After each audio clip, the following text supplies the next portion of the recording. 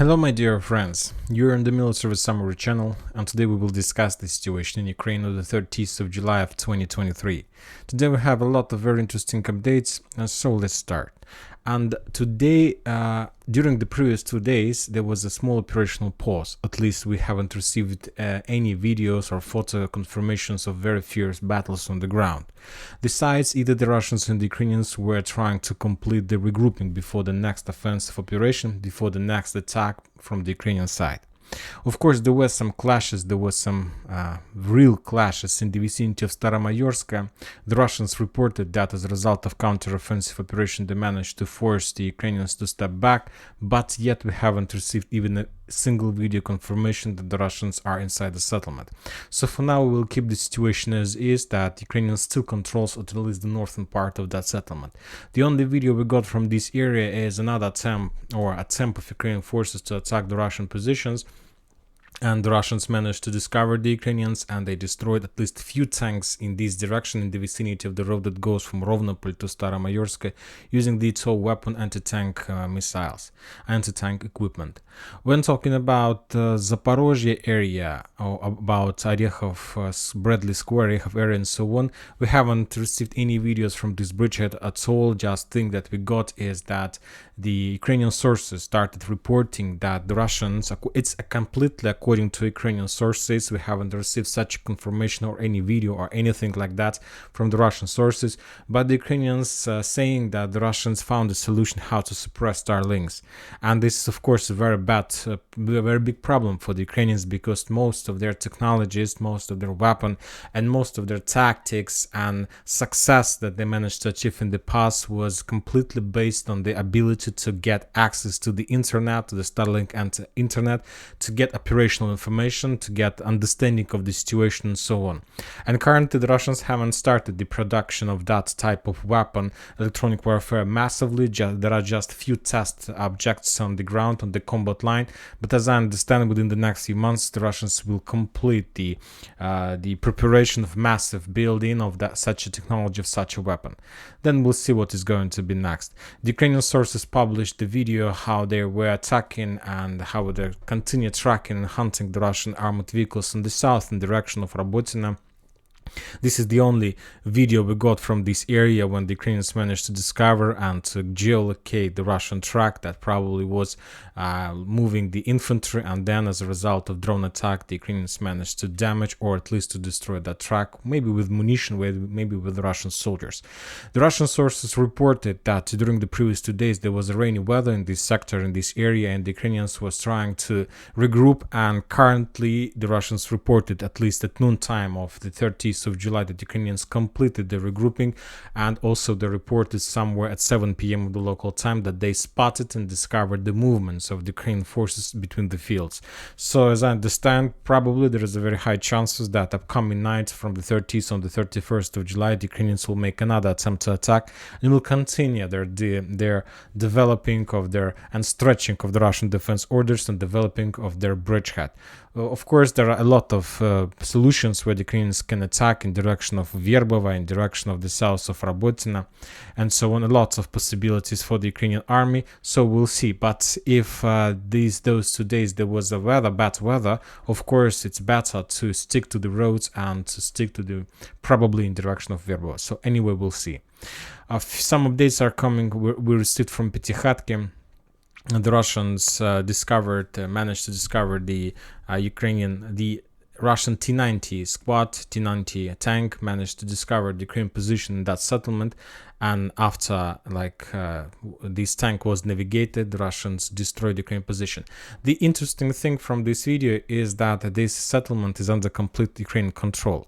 According to this video, as you can see, the Ukrainians were moving across through the city and they didn't feel any danger from the Russian side. This is the interesting thing that probably I was wondering most of all, because the Russian sources reported that Ukrainians can't move through the this settlement without being attacked by the Russian forces. So as you can see currently, according to this video, we see that Ukrainians control the settlement for 100%, and before the next video we will update the map showing that this territory is under complete Ukrainian control. Now we're moving to Vremivka, to South Donetsk area. One more time, the Ukrainians published another video how they managed to discover and destroy Russian air defense system.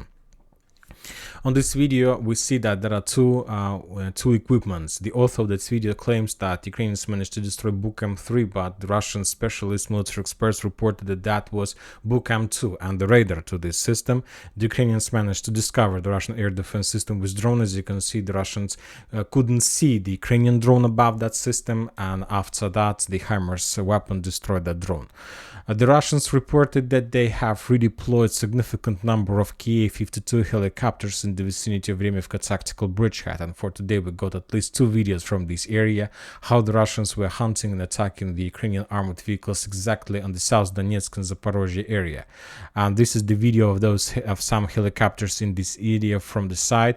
We see that helicopters are flying on the very low level of the land, and after that they're making a shot, turns back, and then helicopters return back to the bases.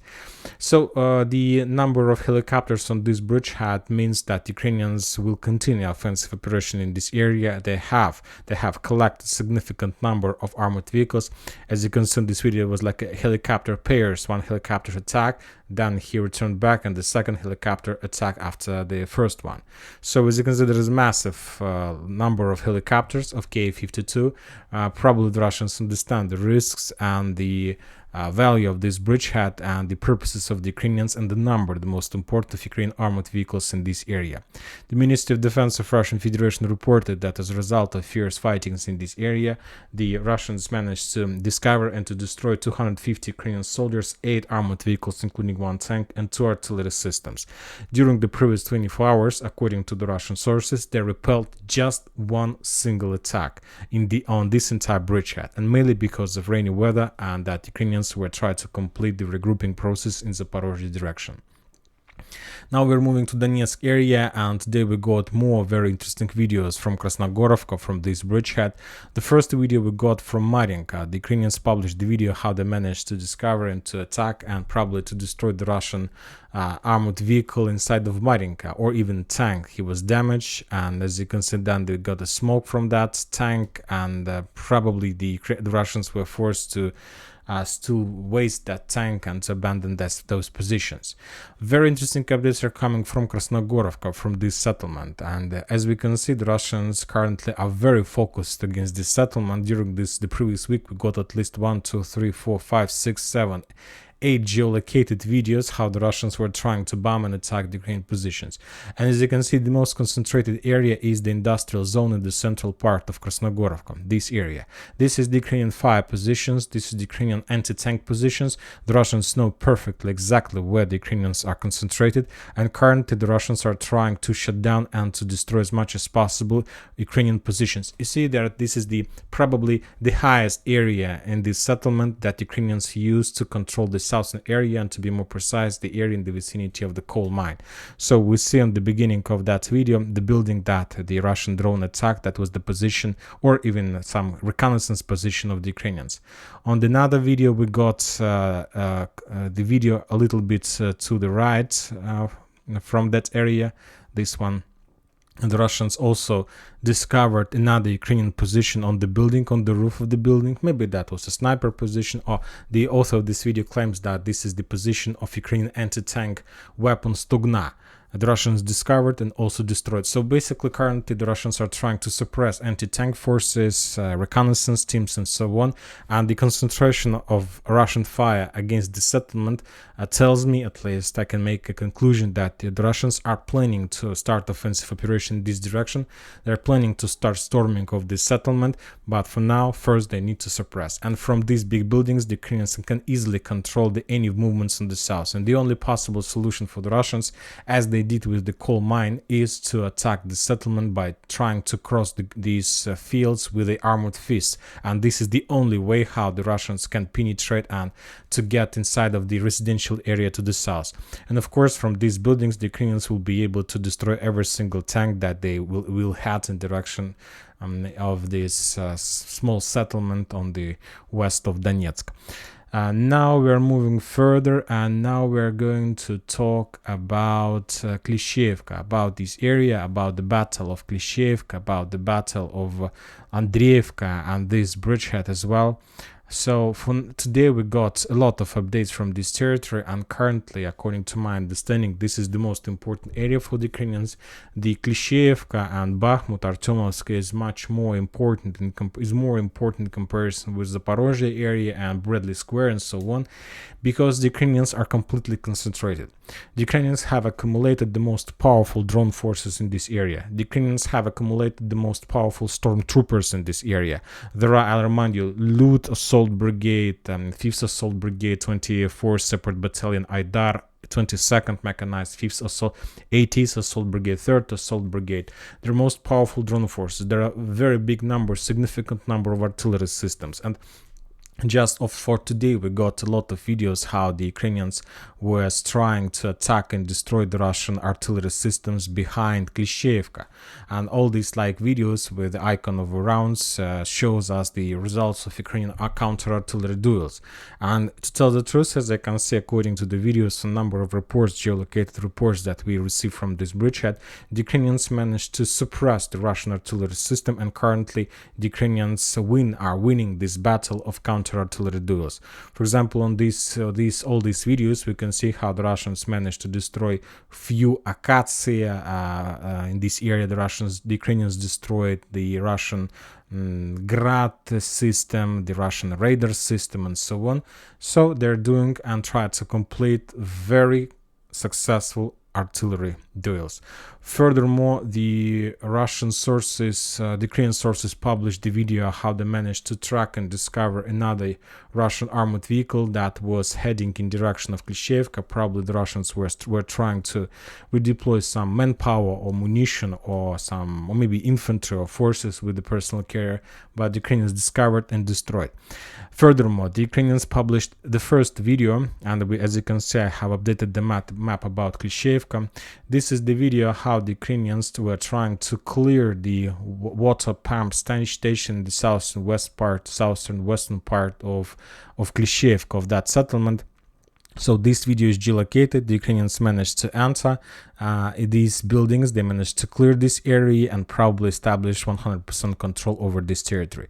Furthermore, in the most probably interesting situation, if we will try to increase the range of events that we got from this bridgehead, let's say from the 23rd of July for a week, we're gonna see the real map of events and geolocations events. As you can see, the Ukrainians are 100% completely concentrated in this area. Every single blue icon means the Ukrainian attack or bomb, or attack with a drone, or attack with artillery, or another destroyed Russian artillery system.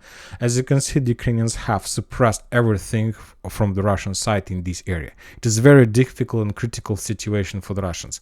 We haven't received any updates about any attacks, let's say, on the northern flank of Klishchiivka, but I expect that within the next 24-48 hours, the Russians will continue their offensive operation. And if we will split and cut this small territory into small pieces, as I see, the biggest value, the settlement by the name of Andreevka has the biggest value for the Ukrainians, and currently they are focused in this area. We just got 1, 2, 3, 4, 5 icons, 5 events from this area. So basically the Ukrainians are planning first to penetrate this area, and after that they will try to develop their offensive operation behind the Russian forces in Klishchiivka. When talking about the Russian concentration, we see that no matter the situation in Klishchiivka, the Russians are trying to concentrate their focus in the vicinity of Grigorievka, Berhovka, Kalinovka, Yagidne, and Dubovo-Vasilyevka and Bogdanovka, in this area, in the central part, in Ivanovska, and so on. And just when talking about today, we haven't received nothing from the Russians in this area, but the previous week the Russians were concentrated in the central part, trying not to allow the Ukrainians to create a powerful and successful counteroffensive operation from Grigorievka in direction of Dubovo-Vasilievka and from, let's say, Bogdanovka in direction of Berkhovka. So all the previous attempts were repelled, and also the Russian concentration of fire in this area can also mean that maybe the Russians have their own plans to launch a counteroffensive operation in this area. And the question is whether the Ukrainians are going to be faster with the southern operation or the Russians will be faster on the north. And who will be the faster will win the battle of Artyomovsk or Bakhmut bridgehead. Now let's move to the northern area. As we can see, there is also some concentration of icons, and the most important clashes are coming from the area between Sakov and Seti-Razdolovka, and the Ukrainians made few attempts to attack, but this is a very difficult bridgehead to attack because there are a lot of rivers, and the rivers are not straight. They're like a snake and so on, and it's very difficult to find a solution where to attack. The Ukrainians are trying to redeploy their forces from one side to another. The Russians see everything, and the Russians attack and bomb the Ukrainians during the movements of their forces. During this day, we haven't received any updates from this bridgehead. The Ministry of Defense of Russian Federation reported that as a result of fierce fightings in this area, the Ukrainians lost 190 soldiers, 6 armored vehicles, and 4 artillery systems. Furthermore, the Russians added that they managed to repel 7 attacks of Ukrainian forces in this area. And now we're moving further, and we're going to talk about Bilogorovka. The Russians continue bombing and shelling this settlement, and on this video we see how the Russians managed to discover the Ukrainian position, the Ukrainian tanks, and during the artillery battles they managed to destroy 2 tanks and around 12 Ukrainian soldiers on this bridgehead. But yet this bridgehead, this territory still remains under Ukrainian control. No matter the losses, of course. And when talking about Liman front line, the Russians continue their offensive operation, but also we can see small operational posts and regrouping. The Ukrainians lost 140 soldiers during the previous day and 5 armored vehicles and 1 artillery system, and the Russians managed to repel at least 3 attacks of the Ukrainian forces. We haven't received even a single video from this bridgehead, which also confirms a small pause in this area. Maybe there were some video, I believe there were, but most of them are not geolocated, and it's very difficult to understand whether this video took place in the south or today or maybe a week ago or months or something like this. When talking about Kupiansk front line, the Russians continue offensive operation in the vicinity of Kislovka, in the vicinity of Novoselovsk, Kuzyumovka, and so on. The Ukrainians published the video how they attacked the Russian positions, the Russian ammo depot behind the main direction of attack, in direction of Novoselovka, that the Russians were using for supporting their forces during the previous week offensive operation, probably upcoming. The Ministry of Defense reported that as a result of fierce fightings in this area, the Ukrainians lost 80 soldiers. So the level of losses is very heavy in comparison even with the previous day, when the Ukrainians lost just 20 soldiers. And the final area we're going to talk about is Kherson area. The Ukrainians published the video how they discovered and destroyed the Russian radar on the Russian side of Inaleshki settlement. And this radar, this is counter artillery systems radar, and probably there was also cameras that the Russians were using to track and to see the situation on the opposite bank. And also the Russians published the video how they continue bombing and shelling the bridgehead at Antonov Bridge, which means which confirms that there are still Ukrainians, and probably the Ukrainians continue sending more and more infantry to this bank of the river to create probably critical mass, and after that the Ukrainians will try to make more attempts to in direction of Aleshki. Furthermore, the Russian sources reported that like 99% that Ukrainians will try to cross it, will try to bypass Dnieper river and will try to create a landing operation of the Russian side of Dnieper river in Kherson direction. So maybe this is exactly what is going to happen, because the Ministry of Defense report also added that as a result of artillery duels, as a result of the process of discovering of Ukrainian position along the Dnieper river, the Ukrainians lost 65 soldiers and 5 armored vehicles. As you can see, the level of losses is very heavy. Furthermore, the sources today reported that the United Kingdom currently try to prepare around 2,000 Ukrainian soldiers, and the main purpose of those special forces is to capture Crimea. Of course, it's hard to believe that 2,000 soldiers are able to capture the entire area, the entire Crimea, but as I understand, there's going to be the soldiers. The main purpose of them is to capture the radio station, the logistic hubs, so just the small buildings, just the small important areas, maybe in the vicinity of Crimea Bridge, to capture some infrastructure and to cut finally the connection between Russia and mainland and Crimea and so on. And meanwhile, the rest of the forces, the thousands of Ukrainian soldiers, will try to fight on the ground, while those 2,000 will try to capture Crimea. Very interesting updates continue coming from Belarus, from the border. As you know, that the Russians have already redeployed significant number of Wagner forces in the vicinity of Grodno, in the area between the Kaliningrad Russian district and the Belarus, and the Belarusians have redeployed the Wagner forces. And today we got another video, another photo of Wagner camp in Mogilov district. This is the camp. And during the previous week, the 12th convoy of Wagner forces have been redeployed on the territory of Belarus. Currently, the number of Wagner forces is unknown that were redeployed on the territory of Belarus, but as I understand, there are going to be more and more Wagner forces to be redeployed on the territory of Republic of Belarus, and probably they will be redeployed to the western border, and probably maybe this summer we're going to see some provocation on the western border between the Wagner forces and the Polish main army. Also, as we discussed during the previous night, the Russians made massive attack against Sumy, and as a result of that attack, the Russians destroyed the Sumy Artillery High School, and probably lots of soldiers, lots of officers, artillery officers were killed as a result of that attack. And also we have another video on the border with Belarus, with Russia.